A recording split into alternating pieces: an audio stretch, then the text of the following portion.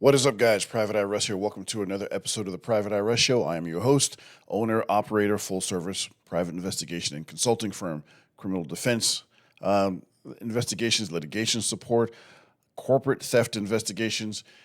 Company website will be linked in the description below. Hit me up on the contact page if you need a private investigator or a consultation. Join the Discord server. Follow me on X as well at Private Eye Russ. And the Discord servers, I'm going to try to update more and more, but mostly for now, I update when I work out. So put those in there when you work out. Let me know what you're doing, when you're doing it. Typically, I'll update that early in the morning because that's when I work out. Anyway, for every single one of you who has subscribed or tuning in, thank you so much. Let's continue to grow the community. All right, so let's go ahead and react to this video. I think this is going to be a good one. I think you guys will like this one. Boy, oh boy, it'll be some stuff to discuss. So, fair use. During the Vietnam War with China in 1979, it was common for Vietnamese women's guerrilla units to attack Chinese rear forces. They were ruthless, but two Vietnamese women defied the system and spared the life of an enemy, though not out of noble intentions.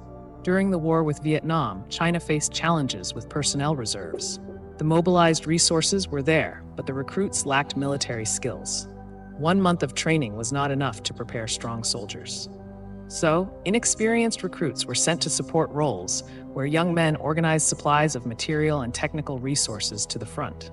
They became easy targets for Vietnamese women's guerrilla units. Fearless Vietnamese women would attack these rear headquarters, destroying everything in their path: supplies, humanitarian aid, medicine, equipment, ammunition, and soldiers. They left no one alive, chasing down even those who dropped their weapons and tried to flee in panic. The women showed no mercy to those who tried to surrender. Compassion for the enemy was not part of their code. But one day, the guerrilla fighters made an exception. There's actually an old, I'm not sure if it's Chinese or Japanese, I think it might be Japanese, adage that says kindness or mercy to your enemy is cruelty to yourself. Amen to that. They spared one of the men in the Chinese headquarters, even though he did not plead for his life. This brave man was named Huang Ganzong from the southeastern Chinese province of Yunnan. At the time of the war, he was 18 and had volunteered for the front. He was responsible for repairing military equipment and transporting wounded soldiers, ammunition, and fuel. Two Vietnamese women from the guerrilla unit captured him and took him with them. The journey was long. Huang tried to escape a couple of times, but he knew the terrain less well than the guerrilla women. I bet I know why they captured him and separated him from everybody else and spared his life, man. He was a mechanic, and so they probably had some beat-up vehicles in their yard. You see that a lot when you go to, especially Bithlo. Shout out to everybody in Bithlo, Florida. If you know, you know. Next to their trailers, a bunch of derelict vehicles. So they probably want this man to fix their vehicles. Let me know what you guys think, why they kept this guy, and see. Let's see if we, let's see. So he was quickly recaptured.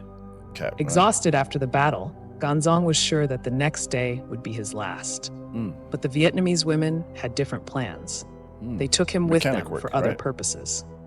During the journey, Huang realized that they had separated from their unit. Even though his hands and eyes were bound, his hearing was sharp. From the conversations between the two women who had captured him, he understood that they had deserted. The guerrilla fighters were seriously discussing the decision to live in the forest because they were tired of the war and they needed Ganzong for carnal purposes. They chose carnal. Ooh.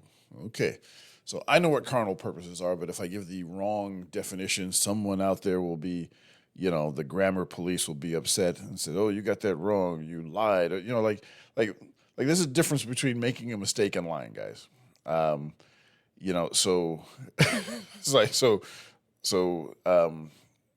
we'll see. Okay, so let's go ahead and ask Gemini here.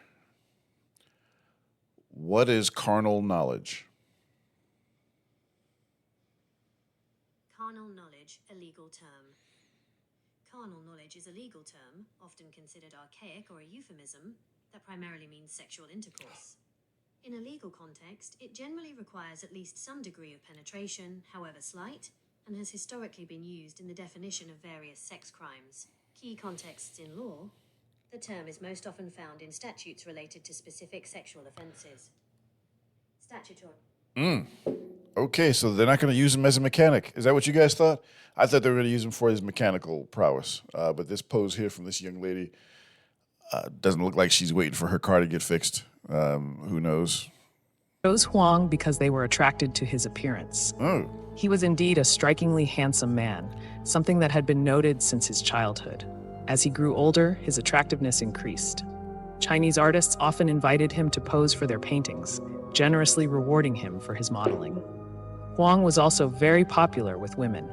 Admirers seemed to appear out of nowhere, asking him to marry them, even when he was still very young. For several days, Ganzong traveled deep into the forest, accompanied by the two Vietnamese women. The final destination of their journey was a hut made of bamboo and leaves that the love shack. So I was wrong. They didn't want him for his mechanical skills. They wanted him for carnal pleasures. Poor Wang. Oh my God, man. Horrible, horrible fate. Instead of getting killed, he gets forced to do this, man. Unbelievable. the women had built. There, they fed him, gave him water, and allowed him to rest after the long road. The next day, however, They went to Wang make sure- faced grueling labor. Grueling labor. Like, what they have him doing? Like, so now my imagination is running wild. Okay, grueling labor. So maybe they weren't giving him enough rest in between in between sessions. I don't get it. He's a young dude, 18 years old. All right, let's keep going. The real reason he had been taken captive. He was expected to share a bed with each of his captors in turn. Initially, he tried to escape, pretending he needed to use the toilet. But unfamiliar with the terrain and fauna, he encountered a poisonous snake that bit him. Oh, The intoxication made Huang lose consciousness. The same Vietnamese women come found on, him. bro. They promptly provided first aid, applied poultices, and nursed him back to health. Yeah, they got designs on Homeboy, so yeah, they need him strong. For several days, he was cared for by one of the women named Ping. Ping. During his recovery, Shout out Huang to grew Ping. closer to her and began to fall in love with her.